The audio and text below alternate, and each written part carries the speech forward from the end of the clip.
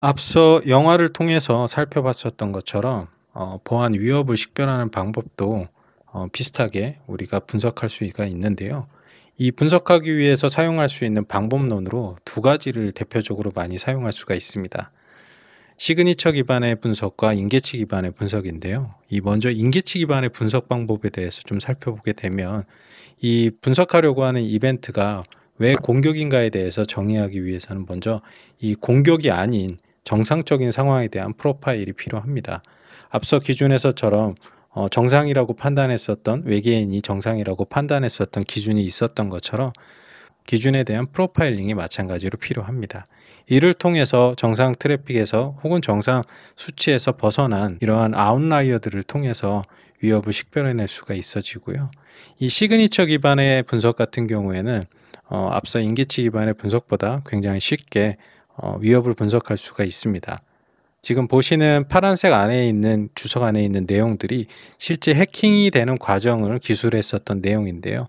보시는 것처럼 파일명이라든가 아니면 특정한 패턴, 포트라든가 뭐 IP 주소 등이 기입이 되어 있기 때문에 이러한 근거들을 기반으로 데이터를 검색을 하고 공격과 관련된 특징들을 찾아내며 침해 사고 분석을 수행을 할 수가 있습니다. 이번에는 인계치 기반 분석과 시그니처 기반 분석을 사용했을 때 어떠한 장점들이 있고 단점들이 있는지 같이 한번 살펴보겠습니다.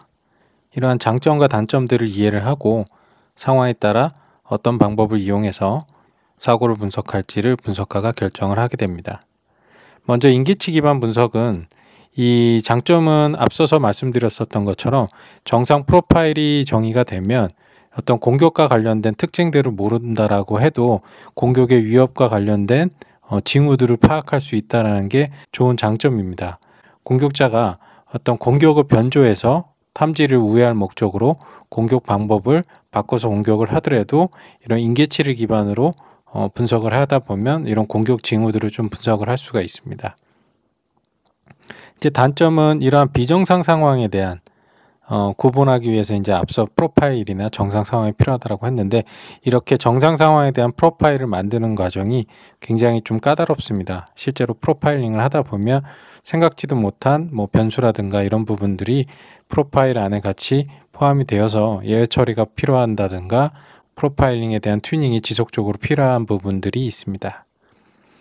시그니처 기반 분석 같은 경우에는 이러한 패턴들을 가지고 분석을 하다 보면 굉장히 직관적으로 분석을 하고 공격 방법이라든가 공격 원인 그리고 대응 방안들을 굉장히 좀 상대적으로 쉽게 도출해낼 수 있습니다.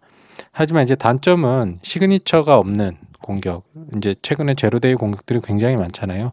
이런 공격들에 있어서는 공격자가 우회할 수 있는 여지가 굉장히 높습니다. 자, 이제 인계치 기반의 분석을 하는 방법에 대해서 조금 더 자세하게 살펴보고 실습을 진행을 하겠습니다. 인계치 기반의 분석에 대해서 이제 전반적인 내용은 이제 처음에 설명을 드렸고, 이러한 인계치 기반의 학습을 하는 프로파일링이 어떤 유형이 있는지 예제로 한번 같이 살펴보게 되면, 트래픽 양을 가지고 어떤 수치화된 정보로 프로파일링을 만든다라고 하면 특정 시간대별로 주고받는 트래픽 양을 가지고서 이 정상통신과 정상통신이 아닌 범주를 구분을 할 수가 있습니다. 또 이제 뭐 시간을 가지고 하게 되면 우리가 흔히 이제 그 업무하는 시간과 비업무 시간을 좀 나눠서 볼 수가 있는데요. 이 비업무 시간에 보통 사고와 관련된 행위들이 굉장히 많이 벌어집니다. 특히 이런 새벽 시간대에 공격이 발생을 하면 관리자나 보안 분석 담당자들이 인지하고 대응하는데 상대적으로 시간 텀이 굉장히 오래 걸리기 때문에 공격자들이 이런 시간대를 많이 이용하고요. 이런 부분들을 활용을 해서 이 정상 업무 시간이 아닌 시간에 발생하는 행위들을 좀 구분해서 어떤 트리거 요소로 작동을 시킬 수가 있습니다. 이제 오른쪽에 보시는 이 이상상한 시나리오 예제로 한번 살펴보게 되면요. 앞서 이제 데이터 유출에 대해서 간단하게 좀 예제를 드렸는데 실제로 이런 데이터가 유출된다라는 가정하에 지금처럼 이렇게 평상시에 누적이 되는 트래픽 양이 있습니다. 그래서 이 트래픽 양에서 데이터가 유출이 되는 상황이 발생되면 평상시보다 상대적으로 스파이크가 발생을 하게 되고요. 이런 IP 분석을 통해서 신규 공격자를 식별을 할 수가 있게 됩니다. 공격자와 관련된 IOC들을 추출하는 게 침해 사고 분석 과정 중에 굉장히 중요한 과정입니다.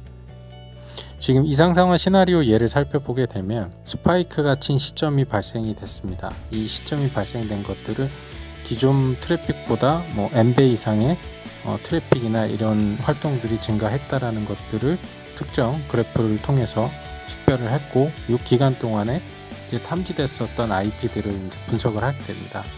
그러면 이 분석된 IP 중에서 일상적으로 계속 통신을 주고받았었던 IP들을 제외를 하게 되면 저희가 새롭게 이제 탐지됐었던 IP들을 이제 분석을 하게 됩니다. 새롭게 접근한 IP들을 추출을 할 수가 있고요. 트래픽이 급격하게 증가된 시점을 기준으로 해서 사고에 대한 조사들을 진행하는 방법들을 인계치 기반으로 해서 분석할 때 활용을 할 수가 있습니다.